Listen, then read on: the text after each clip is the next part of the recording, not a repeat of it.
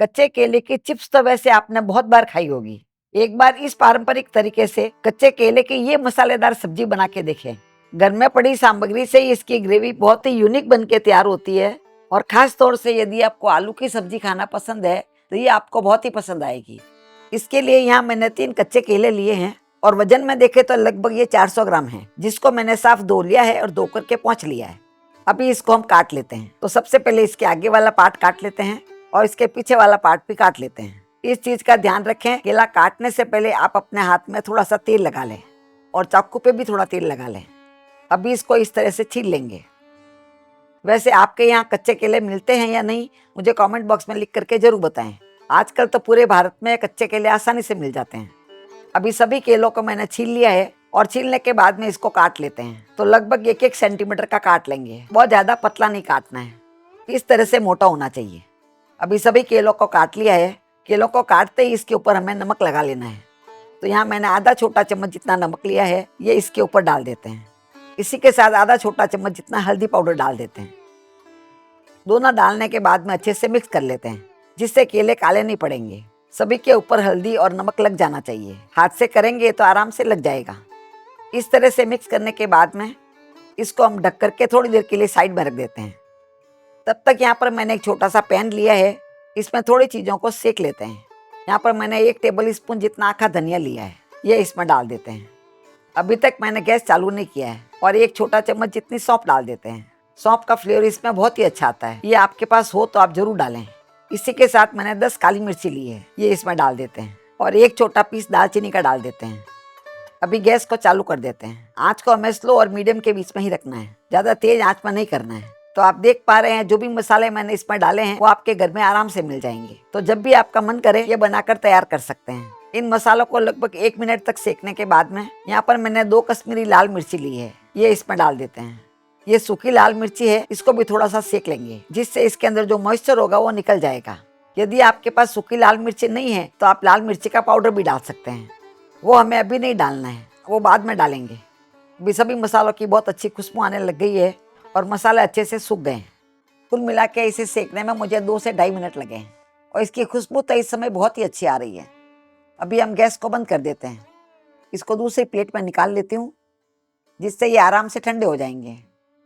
अभी इसे साइड में रख देते हैं और यहाँ पर एक पैन लिया है और पैन में लगभग 2 टेबल स्पून जितना तेल डाल देते हैं। आप चाहे तो नारियल का तेल भी डाल सकते हैं, मैं यहाँ पर मूंगफली का तेल डाल रही हूँ, क्योंकि हमारे घर में सभी इसे मूंगफली के तेल में ज़्यादा पसंद करते हैं। और तेल को इस तरह से सब जगह फैला देते हैं। तेल हल्का सा गर्म होने के बाद में जिन केलों को हमने हल्दी लगा के रखा था वो इसमें डाल देते हैं और सब जगह फैला देंगे, जिससे ये अच्छे से क्रिस्पी हो जाएंगे।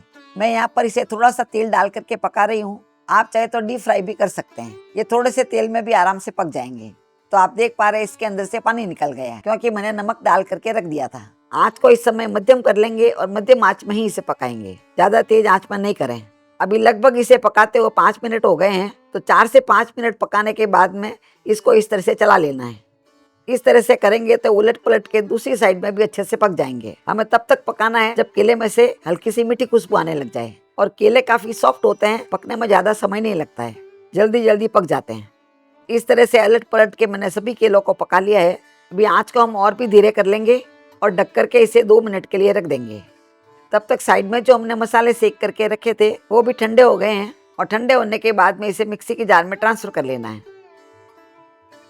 इसी के साथ यहाँ पर मैंने 1/4 कप जितना फ्रेश नारियल लिया है। यदि आपके पास फ्रेश नारियल नहीं हो और नारियल का बुरादा हो तो उसको भी ले सकते हैं। मेरे पास आज फ्रेश नारियल था, इसीलिए मैंने फ्रेश नारियल लिया है। अभी सबको अच्छे से पीस लेते हैं। तो आप देख पा रहे हैं सभी मसाला बहुत ही अच्छे से पीस गया है। इसी तरह से पीस लेना है। इसको पीसने के लिए हमने पानी नहीं डाला है। इस समय इसकी खुशबू बहुत ही अच्छी आ रही है। अभी साइड में इसे पकाते हुए लगभग 2 मिनट हो गए हैं। तो 2 मिनट में आप देख पा रहे हैं अच्छे से सॉफ्ट हो गए हैं। तो देखिए अच्छे से सॉफ्ट हो गए हैं, इसका मतलब ये अच्छे से पक गए हैं। जिस तरह से आलू पकता है उसी तरह से ये पक जाते हैं। हमें इनको इसी तरह से सॉफ्ट रखना है, इसीलिए इसमें थोड़ा सा पानी डाल देंगे। अभी 1 चम्मच जितना पानी मैंने लिया है, हल्का सा इसके ऊपर डाल देंगे। डाल करके ढक करके इसे रख देंगे और गैस को बंद कर देंगे, जिससे ये अच्छे सॉफ्ट बने रहेंगे। यदि हम इसे ऐसे ही छोड़ देंगे, पानी नहीं डालेंगे, आगे जब सब्जी हम बनाएंगे तो तब तक ये हार्ड हो जाएंगे, फिर खाने में अच्छे नहीं लगेंगे। अभी यहाँ पर मैंने दूसरा पैन लिया है, तो पैन में सबसे पहले 1 टेबल स्पून जितना तेल डाल देते हैं। ये तेल आप अपने पसंद के हिसाब से कम ज़्यादा भी डाल सकते हैं और गैस को चालू कर देते हैं। अभी तेल हमारे गर्म हो गया है। तेल गर्म होने के बाद में इसमें आधा छोटा चम्मच जितना जीरा डाल देते हैं। आँच को हम धीरे कर लेते हैं और 1 पिंच जितनी दाना मेथी डाल देते हैं। करीब 10 से 12 दाना इसमें डाल दें और थोड़े से मैंने लहसुन लिए हैं, इसको इस तरह से काट लिया है। आप लहसुन नहीं खाते हैं तो स्किप कर सकते हैं। अभी लहसुन को भी हमें अच्छे से पका लेना है।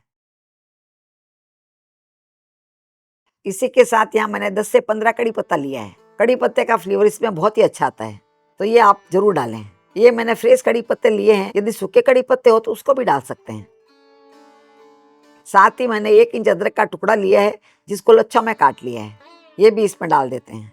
आप चाहे तो अदरक लहसुन का पेस्ट भी डाल सकते हैं। सभी चीजों को धीरे आंच में ही हमें पका लेना है। धीरे आंच में इसका फ्लेवर ज्यादा अच्छा आएगा और ये जलेंगे नहीं। अभी लहसुन भी आप देख पा रहे हैं अच्छे से पक गया है, इसका बहुत ज्यादा कलर चेंज नहीं करना है। अभी यहाँ पर मैंने एक बड़े साइज का प्याज लिया है, जिसको मैंने महीन महीन काट लिया है। यदि आप छोटे साइज का प्याज लेते हैं तो 2 ले सकते हैं, पर प्याज को हमें महीन काट के ही डालना है। तो आप देख पा रहे हैं प्याज भी अच्छे से पक गए हैं। इसका हल्का सा गोल्डन कलर आया है, बस उतना ही कलर चेंज करना है। अब यहाँ पर मैंने 1 टमाटर लिया है, जिसको मैंने पीस लिया है। आप चाहे तो महीन महीन काट के भी डाल सकते हैं। टमाटर को भी हमें अच्छे से पका लेना है। इसी के साथ इसमें कुछ सूखे मसाले डाल देते हैं।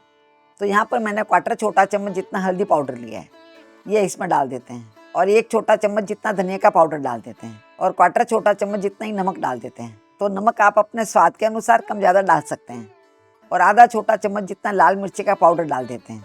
ये कश्मीरी लाल मिर्ची है, इससे कलर अच्छा आएगा पर तीखापन ज़्यादा नहीं आता है। यहाँ मैंने हरी मिर्ची नहीं डाली है, इसीलिए मैंने लाल मिर्ची डाली है। यदि आपको तीखा ज़्यादा पसंद नहीं हो तो आप लाल मिर्ची को स्किप भी कर सकते हैं, क्योंकि मैंने 2 सूखी लाल मिर्ची को इसमें पीस लिया था। अभी थोड़ा सा इसमें हम पानी डाल देंगे, जिससे मसाले हमारे अच्छे से पक जाएंगे और अच्छे फूल भी जाएंगे। अभी सभी मसाले अच्छे से पक गए हैं। इस समय इसमें 1 टीस्पून जितना इमली का पेस्ट डाल देते हैं। ट्रेडिशनली इसमें इमली का पेस्ट जरूर डाला जाता है। आप चाहे तो 1 टेबल स्पून जितनी इमली ले लें, उसको भिगा करके रख दें। उसके बाद में उसका पानी निकाल करके आप इसमें डाल सकते हैं। मेरे पास इमली का पेस्ट बना हुआ पड़ा है, इसीलिए मैंने पेस्ट डाल दिया है। अभी जो हमने सूखे मसाले बना करके रखे थे वो इसमें डाल देते हैं। ये पूरे मसाले इसमें डाल देना है। इसी के साथ इसमें आधा कप जितना पानी डाल देंगे, जिससे मसाले अच्छे से फूल जाएंगे। अभी सभी मसाले सूखे हैं, इसीलिए इसमें थोड़ा पानी डालना पड़ेगा। आधा कप जितना पानी इसमें और डाल देते हैं, क्योंकि ये पानी मुझे कम लग रहा है। मसाले हमारे अच्छे से पक जाना चाहिए। अभी आँच को हम धीरे कर लेंगे और ढक करके इसे 2 से 3 मिनट तक और पका लेंगे, जिससे मसाले हमारे अच्छे से फूल जाएंगे। अभी इसको मैंने 5 मिनट तक पका लिया है। 2 मिनट के बाद में मैंने इसे खोल करके देख लिया था, तब तक मसाला पूरी तरह से पका नहीं था। 5 मिनट में देखिए मसाला बहुत ही अच्छे से पक गया है और इसका कलर भी चेंज हो गया है और साइड में इसके तेल भी छूट जाता है। इसी तरह से मसाला अच्छे से पक जाना चाहिए। अभी इसमें थोड़ा सा गर्म पानी डाल देते हैं।